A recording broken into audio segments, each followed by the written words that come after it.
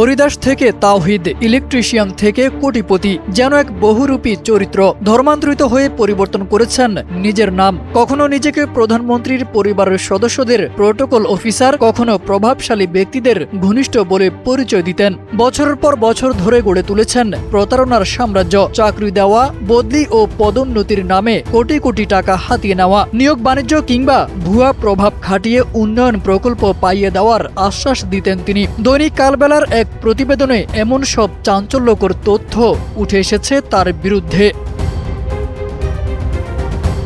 প্রতারণার অর্থে ময়মনসিংহের ফুলবাড়িয়া গড়ে তোলেন Paris swimming pool entertainment park নামে বিলাসবহুল রিসোর্ট। স্থানীয়দের কাছে নিজেকে বিত্তশালী ও ক্ষমতাধর ব্যক্তি হিসেবে পরিচয় দিতেন। ব্যবহার করতেন দামি গাড়ি, অভিজাত পোশাক ও আড়ম্বরপূর্ণ জীবনযাপন। JBS holdings limited. এমনকি পলাশবাড়ীতে ৮১ ফুট উচ্চতার রাম মূর্তি নির্মাণের উদ্যোগ নিয়েও আলোচনার কেন্দ্রবিন্দুতে আসেন তিনি।